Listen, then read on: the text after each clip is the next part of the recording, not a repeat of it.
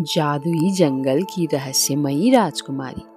बहुत समय पहले एक सुंदर और शांत गांव था जिसका नाम था सुखपुर। गांव के लोग बहुत मिलनसार और मेहनती थे।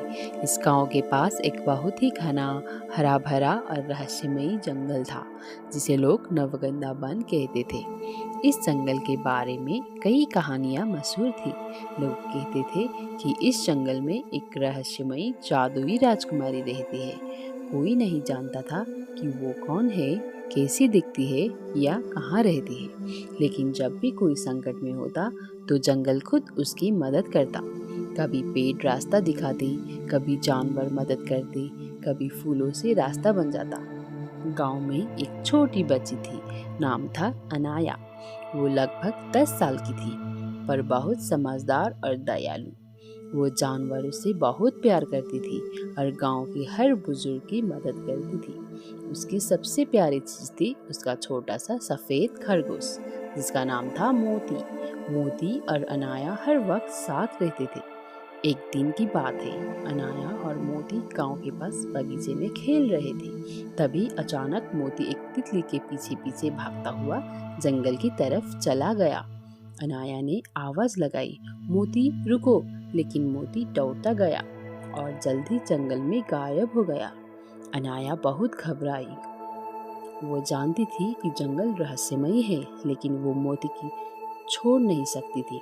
वो तुरंत जंगल में उसके पीछे दौड़ पड़ी। जैसे जैसे वो जंगल के अंदर जाती गई, पेड़ ऊंचे और घने होते गए।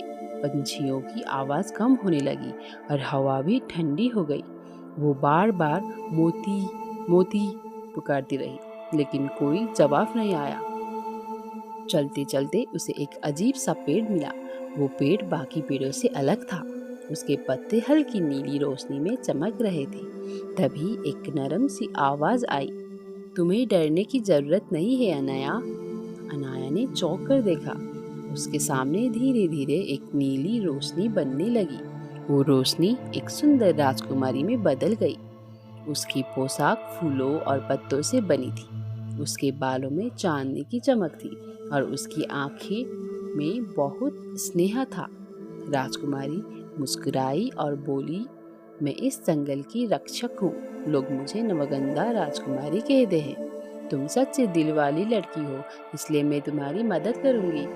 अनाया की आंखें खुशी से चमक उठी। उसने कहा, क्या आपने मेरा मोती देखा है?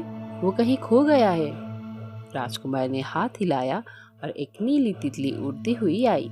वो तितली पेड़ों के बीच से उड़कर एक रास्ता बनाने लगी। राजकुमारी ने कहा, इस तितली का पीछा करो, ये तुम्हें मोती के पास ले जाएगी। अनाया दौड़ पड़ी। तितली उसे एक सुंदर झील के किनारे ले गई, जहाँ मोती बैठा हुआ था, थोड़ा डरा हुआ पर सुरक्षित। अनाया ने मोती को गले लगाया लिया और रोते हुए बोली, मैं तुम्हें कभी अकेले नहीं जाने दूंगी। तभी पीछे से राजकुमारी की आवाज आई, प्यार और सच्चाई की ताकत बहुत बड़ी होती है अनाया। तुमने डर को हराया और अपने दोस्त को पाया।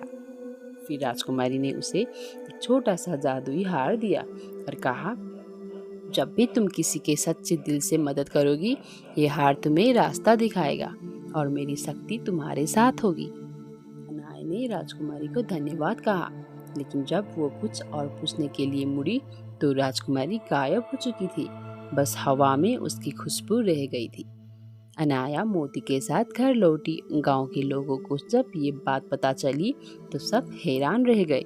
अब लोग उस जंगल से डरते नहीं थे, बल्कि उसका सम्मान करते थे। और अनाया, वो बड़ी होकर भी सबकी मदद करती रही और उसका जादुई हार उसे हर अच्छे काम में ताकत देता रहा।